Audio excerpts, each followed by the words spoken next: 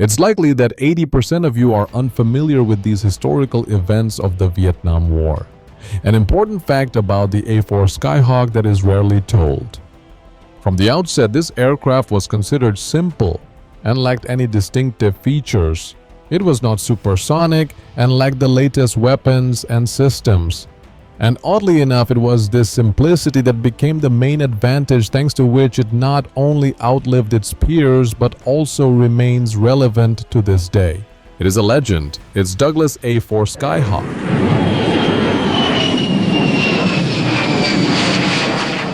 The A-4 Skyhawk attack aircraft played a crucial role in prolonging the Vietnam War.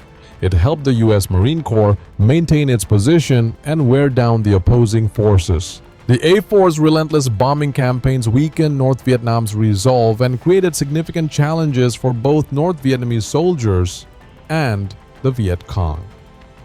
However, despite its substantial contributions, the A-4, along with many other modern American military assets, was only capable of delaying defeat.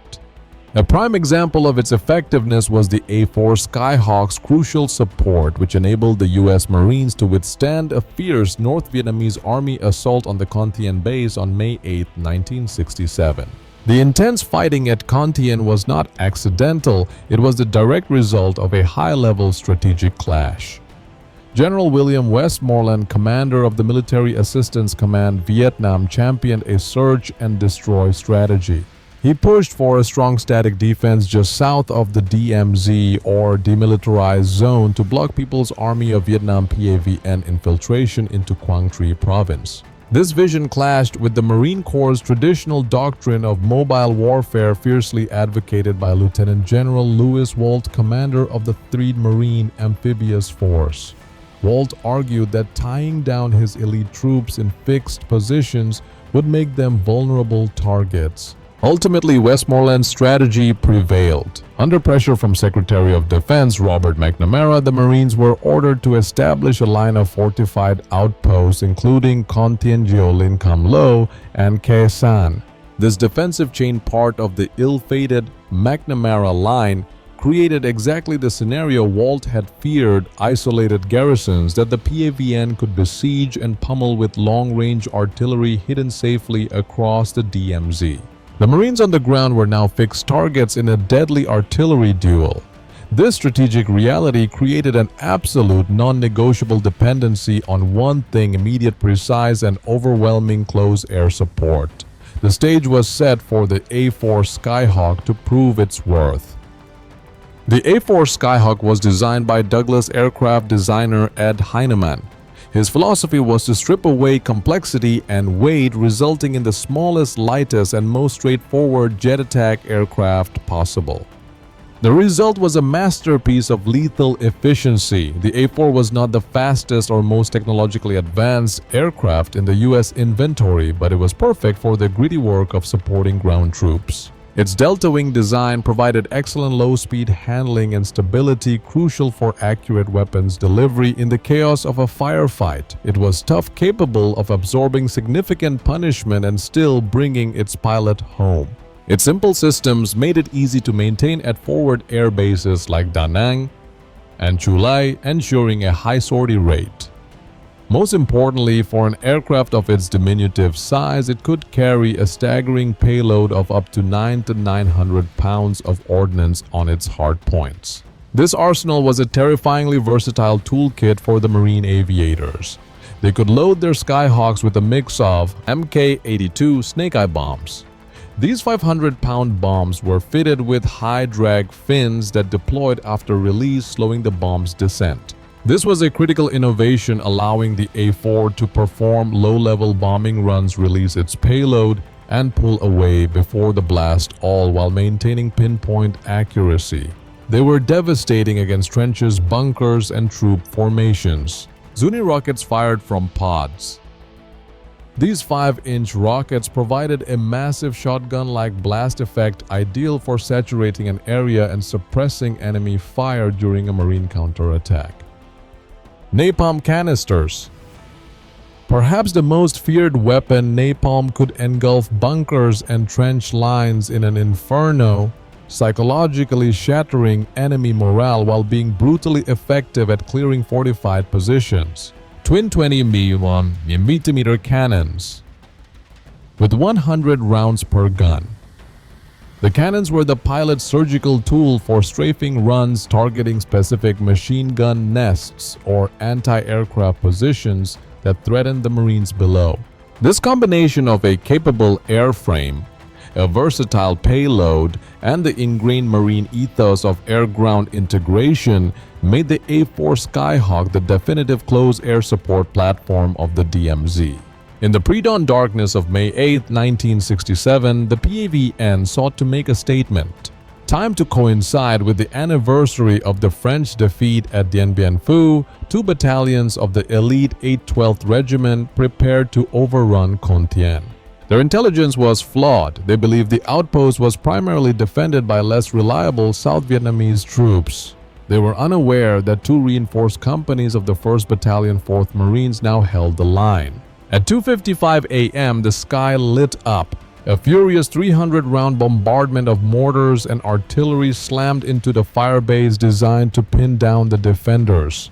Under this deafening barrage, highly trained PVN sappers crept forward using Bangalore torpedoes to blow holes in the perimeter's concertina wire.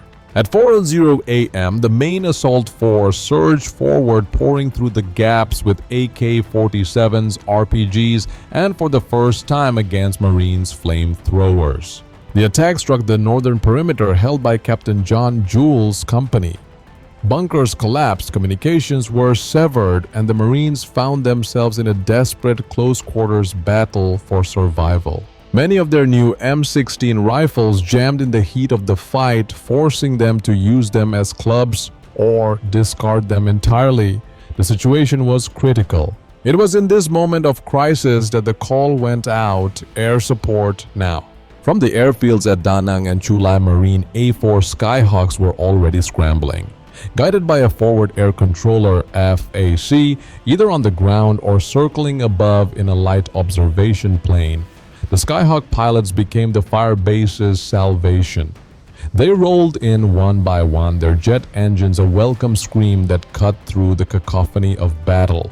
The A-4 pilots demonstrated the full spectrum of their craft.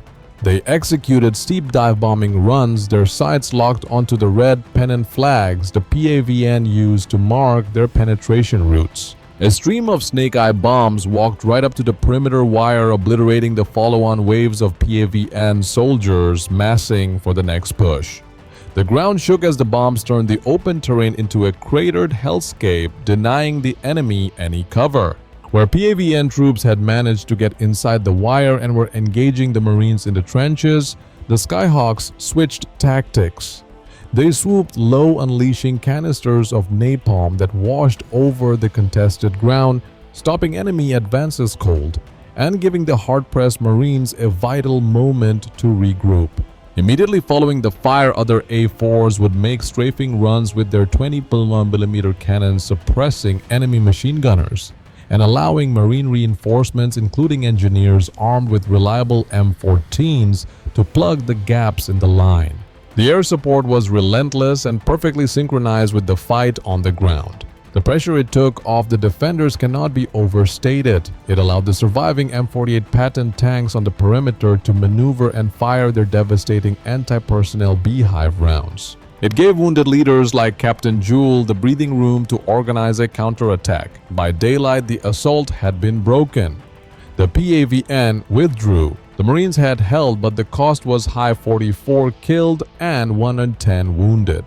It was a victory forged in equal parts by the tenacity of the grunts and the precision firepower of the A-4s overhead.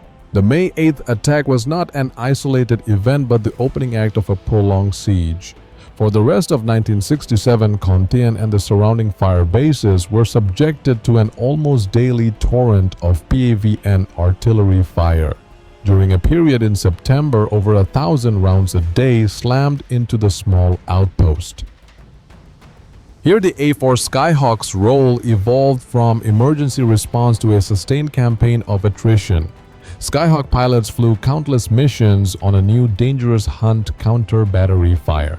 Tasked with locating and destroying the well-camouflaged Pavian 130mm artillery pieces north of the DMZ, pilots engaged in a deadly cat-and-mouse game. They would fly low over suspected enemy territory, trying to draw fire, then roll in to attack the gun position once it revealed itself. Furthermore, the A-4 became the primary tool for interdiction. Marine Skyhawks alongside Navy and Air Force assets relentlessly pounded the supply routes running through the DMZ. Every truck, every supply dump, and every suspected troop movement became a target. While this air campaign couldn't completely halt the flow of men and materiel, it imposed a heavy price on the PFVN and disrupted their ability to stage larger coordinated attacks.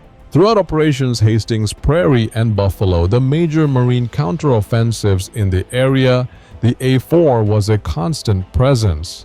It prepped landing zones for heliborne assaults, provided cover for advancing infantry, and relentlessly pursued retreating enemy forces. For the Marine on the ground, the distinctive silhouette of the scooter became a symbol of hope, a guarantee that they were not alone. However, the truth is that it was not until now that the A-4 proved its worth. This story began many years before that. The A-4 Skyhawk cemented its legendary status early in the Vietnam conflict, establishing a reputation that would endure throughout its service life. From its first combat sorties to unexpected aerial victories, the nimble attack jet repeatedly proved its worth in the harshest combat conditions. The Skyhawk's combat debut came in August 1964 during the Tonkin Gulf incident, when A-4s conducted some of the first bombing runs from aircraft carriers following the historic Tonkin Gulf resolution. These initial strikes targeted North Vietnamese torpedo boats that had allegedly attacked American destroyers in the Gulf of Tonkin. However, this historic mission came with a sobering cost, and A-4 was quickly shot down, and its pilot, Lieutenant Junior Grade Everett Alvarez, became the first naval aviator captured during the Vietnam War. Throughout the conflict, the lightweight bomber would go on to fly more combat missions than any other naval aircraft. The A-4's effectiveness was particularly evident in strikes against key bridges used by North Vietnamese forces to transport troops and supplies. Furthermore, the aircraft proved invaluable to ground troops, providing crucial close air support that saved countless American lives during dangerous combat operations. By the time the conflict ended, Skyhawk pilots had written an impressive chapter in naval aviation history, albeit at a heavy price. In total, 195 carrier-based Skyhawks fell to enemy fire during the Vietnam War. Among those forced to eject were notable figures including Medal of Honor recipient Commander James B. Stockdale and future Senator John S. McCain III. One of the most remarkable Skyhawk combat stories occurred on May 1, 1967, when Lieutenant Commander Theodore R. Swartz accomplished what many thought impossible. While assigned to VA-76 aboard the USS Bonhomme Richard during a strike on the Kep Air Base near Hanoi, Swartz achieved the A-4's only air-to-air victory of the Vietnam War. Originally tasked with SEAD suppression of enemy air defense duties, Swartz was armed with Zuni rocket pods, unguided 5-inch rockets designed for ground targets. After destroying MiGs on the ground, his aircraft came under attack from enemy fighters. Faced with an approaching MiG-17 and no time to prepare his 21mm cannons, Swartz took a chance with his unlikely air-to-air weapon. After missing with his first rocket, Swartz stayed on his opponent's tail and fired again. Shortly thereafter, his wingman confirmed the kill. The MiG struck by Swartz's unguided Zuni rocket fluttered down behind a hill and crashed, leaving a plume of black smoke to mark this extraordinary victory. This remarkable achievement was especially noteworthy since only one Skyhawk was confirmed shot down by enemy aircraft during the entire conflict. Pilots quickly grew to appreciate the A-4's nimble handling characteristics despite or sometimes because of its idiosyncrasies. John Cheshire, a former naval aviator with extensive Skyhawk experience, described it as the most fun aircraft I ever flew. He noted its incredible agility with a roll rate of 720 degrees per second, making it exceptionally responsive. Nevertheless, mastering the A-4 required adaptation. Pilots discovered they could rarely trim it for hands-off flying as the aircraft always wanted to play. Additionally, some models presented unique challenges. The early A-4C had an older, more sluggish engine and lacked ground spoilers, making crosswind landings particularly tricky. One common issue that plagued pilots occurred during aerial combat maneuvering when the leading-edge aerodynamic slats would occasionally stick out or deploy asymmetrically. This could create an unexpected rolling motion that proved challenging to control, especially during tight, slow-speed dogfights. Experienced pilots learned to nose over aggressively to reduce angle of attack, which generally corrected the problem, although executing this maneuver at low altitude could be disconcerting. Yet despite these quirks, the Skyhawk inspired tremendous loyalty among its pilots. As Cheshire eloquently put it, with the A-4 you don't actually fly it as you wear it. It quickly and responsively becomes an extended part of you and will do most anything you desire it to do. Throughout numerous conflicts, A-4 Skyhawk pilots routinely faced death-defying situations that showcase both the aircraft's remarkable capabilities and the extraordinary skill of those who flew it. These real combat stories revealed why the Douglas A-4 Skyhawk earned its reputation as one of America's most effective light attack aircraft. In the long and storied history of American warfare, few battles resonate with the same raw intensity and desperation as the 77-day Siege of Khe Sanh. For the 6,000 U.S. Marines and their South Vietnamese allies trapped there in early 1968, it was a fight for survival against overwhelming odds. Surrounded by a force of nearly 40,000 battle-hardened North Vietnamese Army or NVA soldiers cut off from reinforcement by land and pounded daily by a relentless barrage of artillery and rockets, the defenders of Khe Sanh were in a perilous predicament. The strategic situation in January 1968 was grim. The NVA had encircled the remote Khe Sanh combat base. Their goal was clear: to overrun the base, annihilate its defenders, and score a devastating psychological and military victory against the United States. With the monsoon weather cloaking the highlands in a persistent blanket of fog and low-hanging clouds, the NVA dug in, extending a network of trenches and artillery positions that tightened like a noose around the marine perimeter. For the men on the ground, every day was a harrowing existence under fire, their world shrinking to the confines of their muddy foxholes and bunkers. Into this maelstrom flew the A-4 Skyhawk. Operating from the decks of aircraft carriers like the USS Bonhomme Richard in the Gulf of Tonkin and from land bases like Chu Lai Marine and Navy attack squadrons, became the flying artillery for the besieged garrison. The Skyhawk was in many ways the perfect weapon for this fight. The operational tempo was punishing a relentless grind that tested the limits of both man and machine. Pilots were pushed to the edge of human endurance, tasked with flying into one of the most heavily defended patches of airspace on the planet. Lieutenant Junior Grade John Kuczynski, a naval aviator with Attack Squadron 72 VA-72, vividly recalled the grueling routine.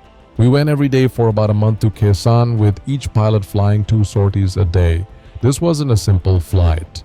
Each mission was a journey through a gauntlet of anti-aircraft artillery, from small arms to heavy-caliber cannons, all reaching up to swat the Skyhawks from the sky. The weather was a constant enemy, with pilots often forced to navigate through thick clouds, breaking out at dangerously low altitudes with only seconds to identify their target and deliver their ordnance. The very nature of the fighting at Khe Sanh trench warfare, with enemy and friendly lines separated by terrifyingly short distances, demanded a level of skill that bordered on the unbelievable.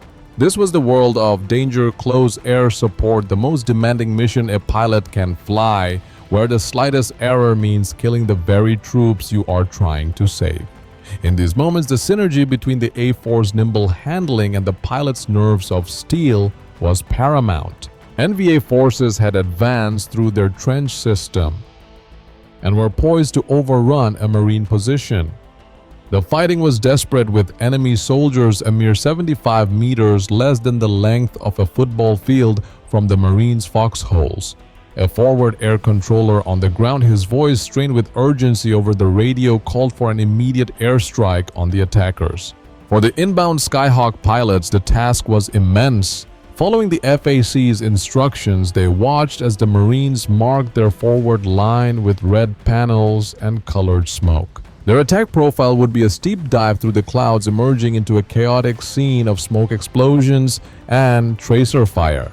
They had to instantly orient themselves, visually acquire their friendly smoke, and then with absolute precision place their string of 500-pound bombs in that tiny 75-meter gap.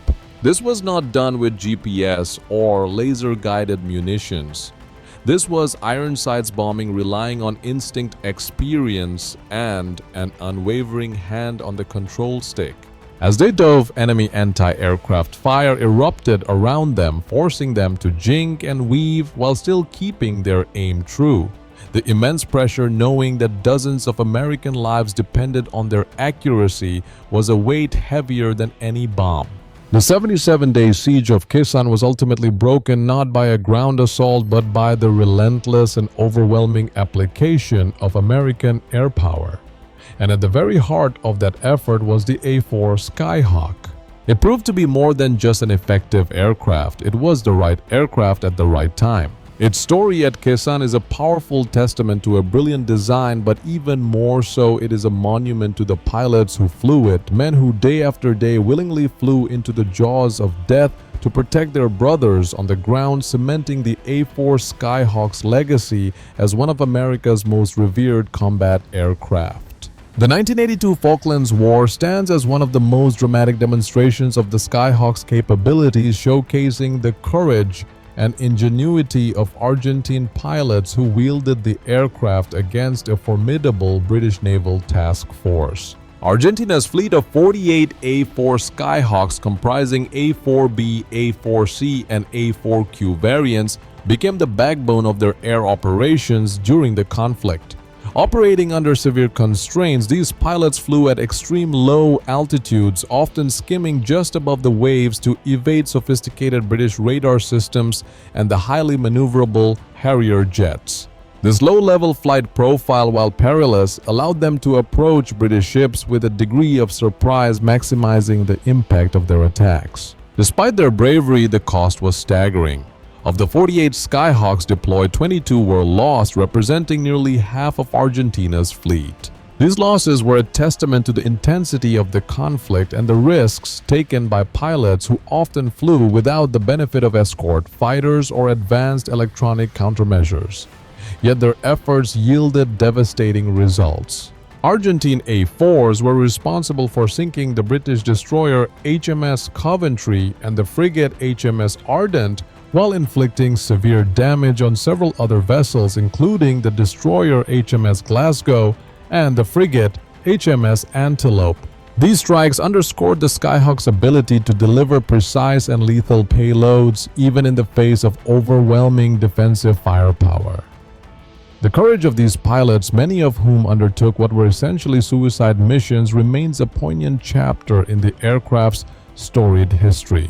The Israeli Air Force's experience with the A-4 Skyhawk during the 1973 Yom Kippur War further cemented the aircraft's reputation as a versatile and resilient platform.